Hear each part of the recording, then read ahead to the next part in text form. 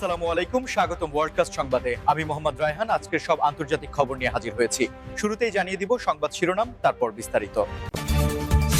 Iran সংকটে আন্দোলনের ভেতরে যুদ্ধের ছায়া। যুক্তরাষ্ট্র ইরান উত্তেজনায় সৌদির কড়া অবস্থান। গাজায় গণহত্যা চালাতে ইসরায়েলকে সহায়তা করে আরব আমিরাত। ইউরোপে আঘাত হানতে সক্ষম ইরানের ভয়ঙ্কর ক্ষেপণাস্ত্র। ইরানের আজরাইল রেডি, পরমাণু মিসাইলে লণ্ডভণ্ড সামরিক ঘাঁটি। আপনি যদি ইসরায়েলের ধ্বংস চান এবং মুসলিমদের বিজয় চান, তাহলে ভিডিওটিতে একটি লাইক ও চ্যানেলটি সাবস্ক্রাইব করে যাবেন। আসসালামু আলাইকুম, স্বাগতম জানাচ্ছি ওয়ার্ল্ডকাস্ট সংবাদে। আমি মোহাম্মদ রায়হান। এতক্ষণ শুনছিলেন সংবাদ শিরোনাম, এবার বিস্তারিত। প্রথমেই যে বিষয়টি নিয়ে আলোচনা করা অত্যন্ত জরুরি তা হল বর্তমান মধ্যপ্রাচ্যের অন্যতম শক্তিশালী দেশ ইরানের অভ্যন্তরীণ ও বাহ্যিক সংকট এবং এর জেরে ঘনিয়ে আসা যুদ্ধের কালো ছায়া, যা কেবল ওই অঞ্চলের নয় বরং বিশ্ব রাজনীতির সমীকরণকেও পাল্টে দিতে পারে। আপনারা জানেন যে ইরান দীর্ঘদিন ধরে আন্তর্জাতিক নিষেধাজ্ঞার চাপে থাকলেও তাদের অভ্যন্তরীণ কাঠামো এবং সামরিক শক্তি প্রদর্শনে তারা কখনোই পিছপা হয়নি। কিন্তু সাম্প্রতিক সময়ে দেশটির ভেতরে চলমান সামাজিক আন্দোলন এবং এর সঙ্গে সীমান্তে যুদ্ধের উত্তেজনা পরিস্থিতিকে এক নতুন মোড়ে নিয়ে গেছে।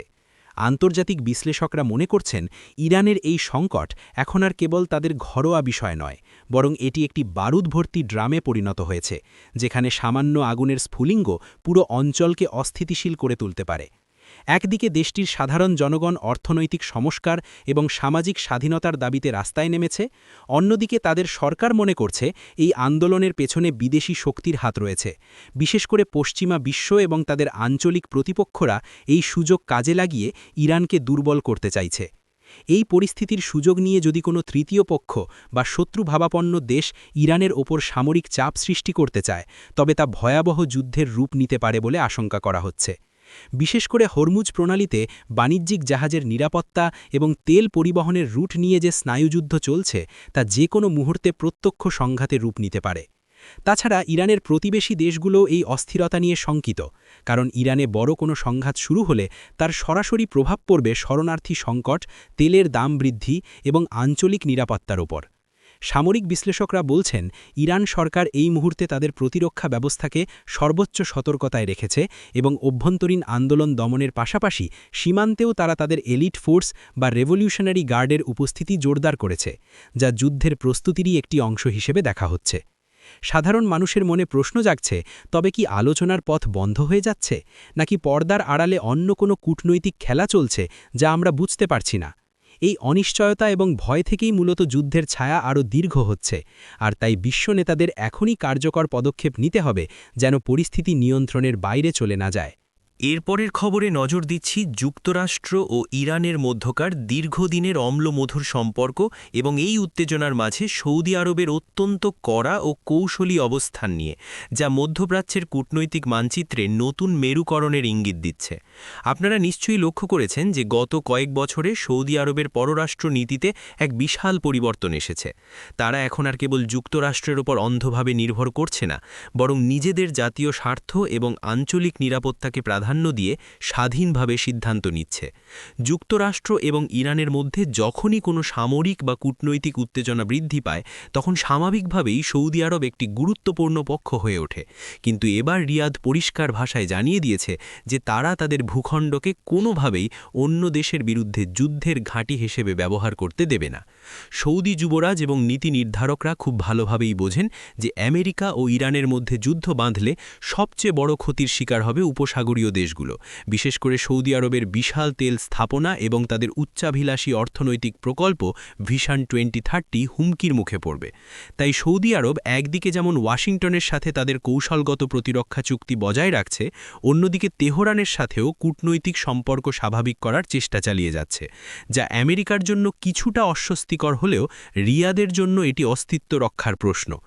বিশ্লেষকদের মতে সৌদি আরবের এই কড়া অবস্থান মূলত ওয়াশিংটনকে একটি বার্তা দেওয়া যে মধ্যপ্রাচ্যের নিরাপত্তা নিশ্চিত করতে হলে একতরফা কোনো সিদ্ধান্ত চাপিয়ে দেওয়া যাবে না এবং ইরানের সাথে যে কোনো সংঘাত এড়াতে আলোচনার টেবিলে বসাই একমাত্র সমাধান। এছাড়া সৌদি আরব এখন চীন এবং রাশিয়ার সাথেও তাদের সম্পর্ক জোরদার করছে, যা যুক্তরাষ্ট্রের জন্য একটি বড় চ্যালেঞ্জ হয়ে দাঁড়িয়েছে, এবং এই কারণেই আমেরিকা এখন সৌদি আরবের যে কোনো সিদ্ধান্তকে আগের চেয়ে অনেক বেশি গুরুত্ব সহকারে দেখছে।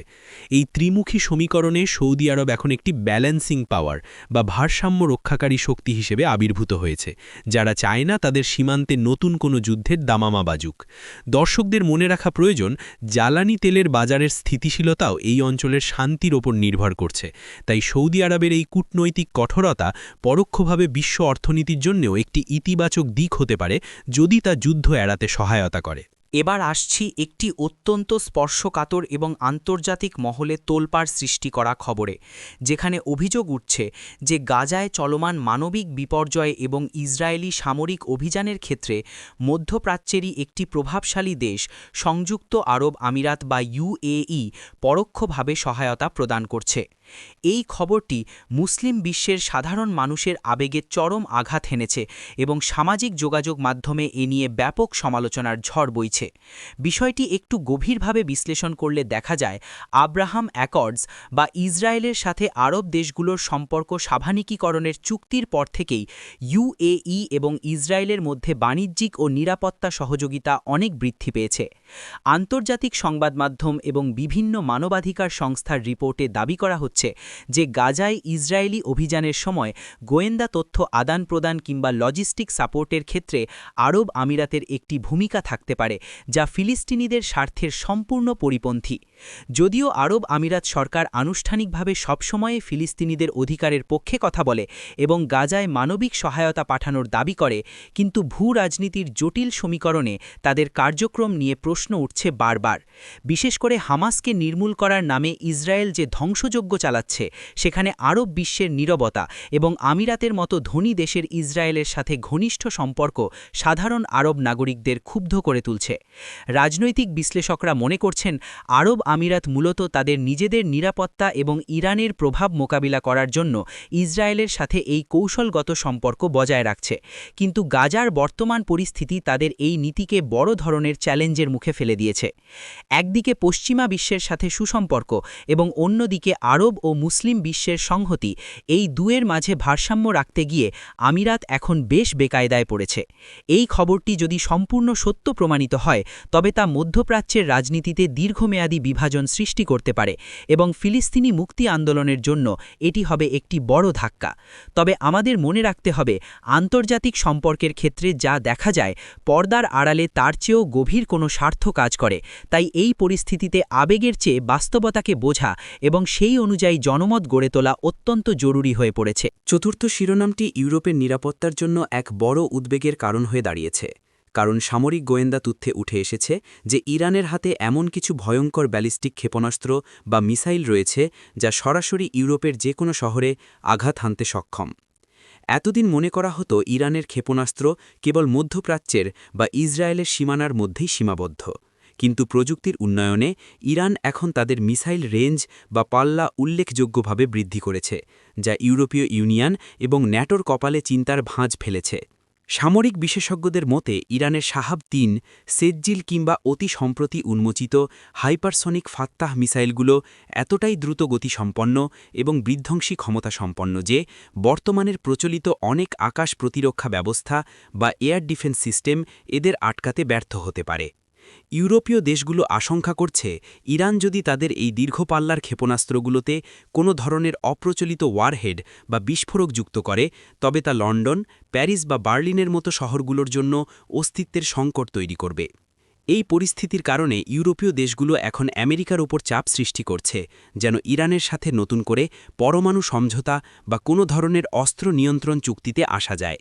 অন্যদিকে ইরান দাবি করছে তাদের এই ক্ষেপণাস্ত্র কর্মসূচি সম্পূর্ণ আত্মরক্ষামূলক এবং কোনো দেশকে আক্রমণ করার জন্য নয়, বরং কেউ যদি তাদের উপর হামলা চালায় তবেই তারা এর জবাব দেবে।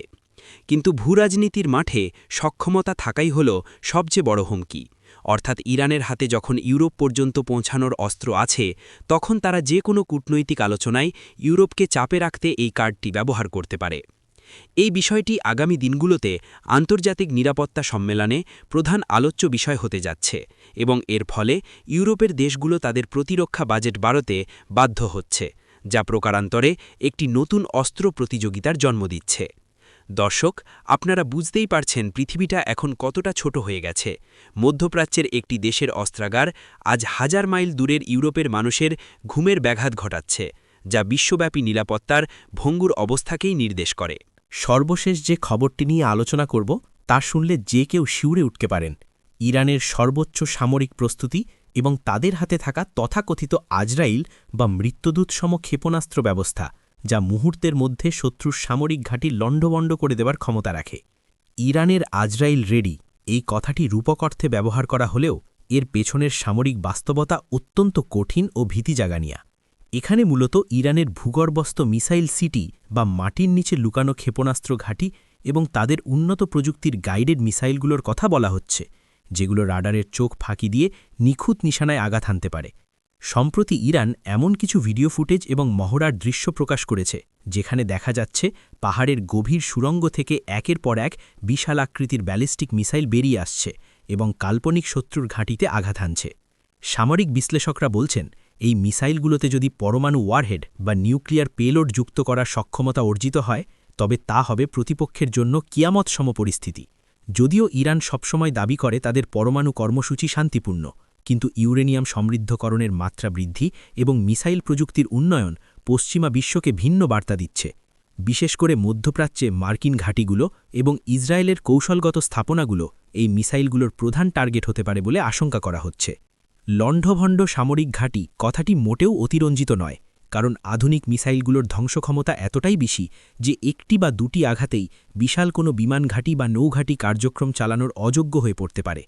এই চরম উত্তেজনার মুহূর্তে ইরান তাদের এই আজরাইল বা চূড়ান্ত অস্ত্রকে ট্রাম্প কার্ড হিসেবে ব্যবহার করছে, যেন কেউ তাদের উপর আগ বাড়িয়ে হামলা করার সাহস না পায়। তবে এই ভয়ের সংস্কৃতি বা ডিটারেন্স থিওরি কতদিন শান্তি বজায় রাখতে পারবে, নাকি শেষ পর্যন্ত একটি ভুল বোঝাবুঝি বা যান্ত্রিক ত্রুটি বিশ্বকে পারমাণবিক যুদ্ধের দ্বারপ্রান্তে নিয়ে যাবে, সেটাই এখন কোটি টাকার প্রশ্ন।